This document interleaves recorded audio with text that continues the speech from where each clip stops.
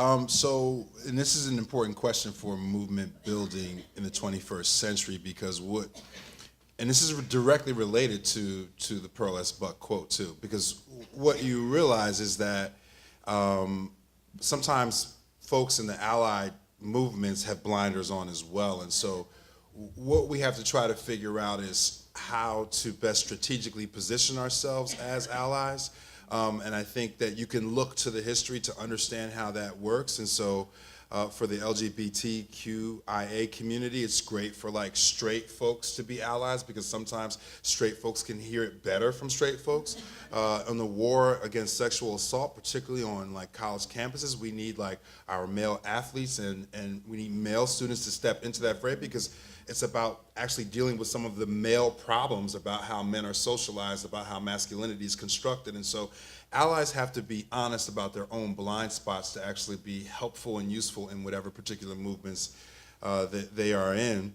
To Pearl S. Buck's particular quote here, I mean, it's a hard one for me to stomach because if you look at the history of the Universal Negro Improvement Association, it certainly was reaching well beyond the shores of the U.S. to try to not universalize, but certainly expand the tent within which civil rights could be discussed.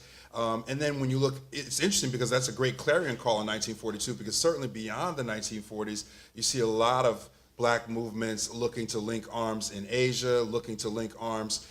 In fact, you could argue that even in the 1930s, the Communist Party, particularly the Black Communist Party, was already looking towards Asia in terms of trying to build things. I think what happens is that when those alliances are made, excuse me, when those global alliances are made, and they're being made right now by even the Black Lives Matter movement, when those alliances are made, they are very threatening to power.